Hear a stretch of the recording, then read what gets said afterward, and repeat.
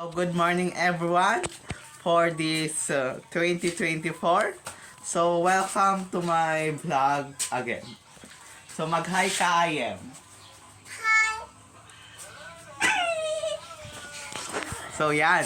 So yan po ang aming mga pinsan. So saan kaya tayo pupunta? So ngayon po, pupunta po tayo sa labas. Titingnan natin ang kapaligiran natin. So yan. Dito sa ating harapan guys, yan.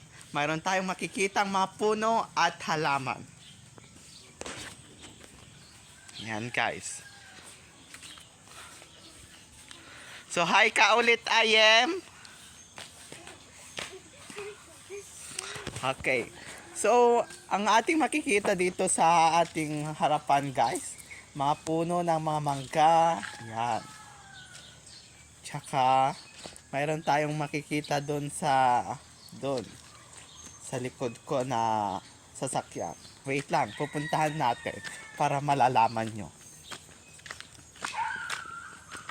So, papakita ko na guys. Yan. Yan pa ang aming sasakyan. So, hi ka ulit, IM. Doon ka, IM, doon. Hawakan mo. So, hawakan daw ni Joji ngayon ang ating sasakyan, guys. Yan. Yan naka-violet. Yan, guys. Doon naman yung mga, doon naman tayo lalakad papunta dito, guys. Yan. Ano pa nga? So, yan, guys, ang aming munting tahanan ngayon.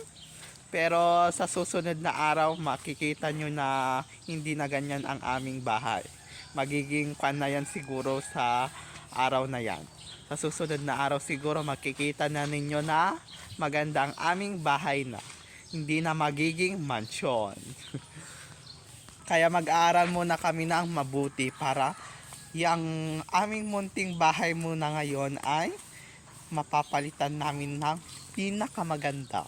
Pati daw doon sa aming karuba. So yan si Ayem maliit, kumakain ng chocolate. Saan tayo pupunta mga ka-vlog? Doon tayo sa doon sa Waid.